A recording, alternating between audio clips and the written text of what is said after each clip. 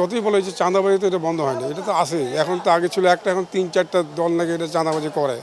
You can stop ইট, এটা চলতে থাকবে, এটা কিপ অন ডুইং, তারা করতেই থাকবে। এটার কোনো রাস্তা নাই। আসলে কৃষক আর বিক্রেতা মাঝখানে যে একটা সিন্ডিকেট কাজ করছে, এই এইটা সিন্ডিকেটটাকে ভাঙার জন্য আসলে সরকার কি কি রকম পদক্ষেপ নিতে পারে? আঙ্কেল, এটা কীভাবে ভাঙবে? আমি তো I don't have any idea. কেন তাদেরই লোক তো। মনে করো আজকে আমি নাম বলবো না কোন দল, যে ABCD দল, মনে করো তাদেরই লোকজন এটা করতেছে। How can I stop it? You can stop it. Very very simple equation. পারবা না তুমি। যদি সরকার যদি ইয়ে হয়, দৃঢ় প্রতিজ্ঞ হয়, যেটা আমরা করবোই, then it is possible, otherwise simply impossible. অন্যান্য বছর তো একটু দাম বেশি বছর, কারণ আবাদ বেশি হলে মালের দাম কমে। আবাদ তো হইতেছে না, কৃষকে তো আবাদ করিয়ে মাল ফলন হইতেছে না। যে মাল যে জমিনে যেহেতু 100 মন, এই জমিনে 10 মন। তো এই কারণে তো সবজি বছর একটু দাম বেশি।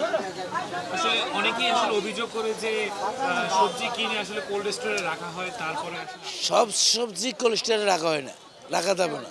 যেমন কালোটা কোলেস্টারে রাখা যায়, আলুটা কোলেস্টারে রাখা যায়, টমেটো, বেগুন এগুলো কি কোলেস্টারে রাখেনি? কোলেস্টারে রাখে না।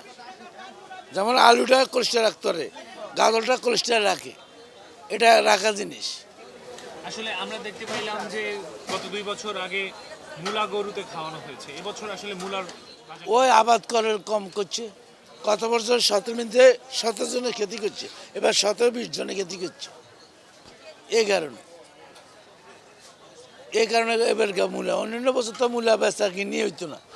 অনেকেই আবার অভিযোগ করছে যে আসলে সিন্ডিকেটের কারণে দামটা বেশি। এটা কয় মানুষ ভুল কথা, কোনো সিন্ডিকেট নেই।